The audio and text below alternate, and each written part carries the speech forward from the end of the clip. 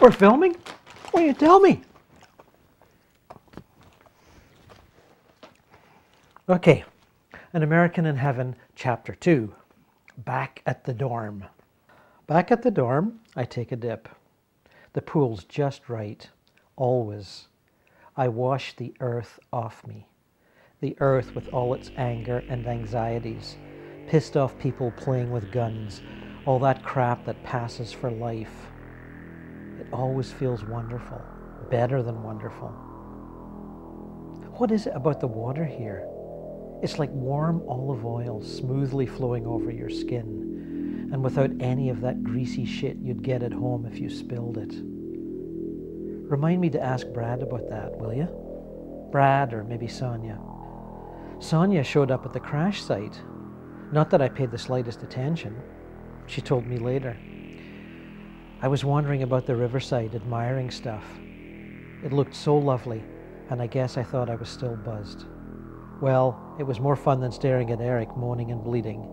Sight of his head all smashed. Yuck. I had to walk away. Out in the middle of nearly nowhere, not a house in sight, and my cell at home, hiding under something or other. That was the first thing that should have made me think. Hint number 1. I'm walking away, saying to myself, where the heck is that cell? And suddenly I'm at home gazing at a pile of extremely valuable crap I wouldn't let my mother touch. Sweaters, jeans, cloaks, and socks and shit. God, it was in there somewhere. Then I worried about poor Eric, and I'm back there at the wreck. Another car comes by, squeals to a stop, and then backs up. Just enough action to occupy my frazzled brain. A guy jumps out. He's about 50, kinda chubby. Looked like my math teacher, Mr. Frizzell, balding at the front. Runs over, runs right past me like I wasn't there. Hint number 2. He looks real close at Eric and then at someone next to him slumped over.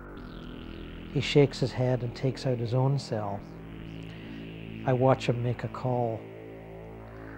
Like the dumb chick that only takes notes, I stand there as he hands a hanky to Eric's head, dabbing away carefully. I feel my own head. Seems okay. Nonplussed, to say the very least, I stumbled off again.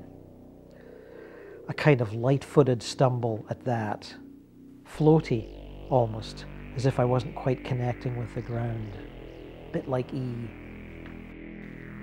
The rapids we'd come to look at seemed as lovely as ever, and I crouched there trying to be so absorbed I wouldn't have to figure out the exact whereabouts of what I used to call my intelligence. It didn't work. Eric's in the car bleeding, and I'm out here watching the rapids. What does that tell you, girl? That I'm the luckiest chick alive? That I'm a selfish bitch who doesn't give a damn for her best high school buddy? That got me going back to the car. The Mr. Frizzell look-alike was still cradling Eric and holding what looked like an old towel to his temple. Only this time he was seated on a fold-out canvas thing, like as not retrieved from the trunk of his car. Eric sure didn't have one. I stood real close and apologized. Then I thanked him for all his kindness. He didn't seem to notice me. At first that seemed to mean I wasn't worth paying attention to. Since that was my dad's attitude half the time, I wasn't surprised. Then I wondered if he was deaf. There was a deaf girl at school who could only talk if she was close enough to read your lips. I moved around to stand in front of him. He stared right through me.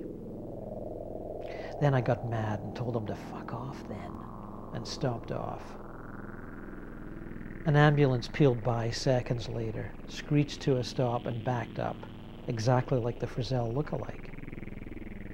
A guy and a chick flew out and began to do their thing. As they were loading Eric into the back, a cop car pulled up. I'm not crazy about cops, even if they're cute, which some of them are, so I hopped in to sit with Eric. The ambulance crew disappeared and we were alone. I said, Eric, you're pretty fucked up, dude, but you're going to pull through. I know it. I held his hand real tight as I was saying it. We were friends, not lovers, so this was a stretch. And he like totally disapproved of my love life, so touching was like verboten. He was not going to be one of those guys I got it on with.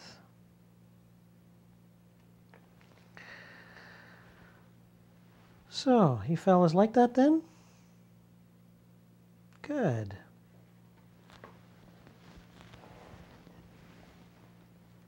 Here's looking at you.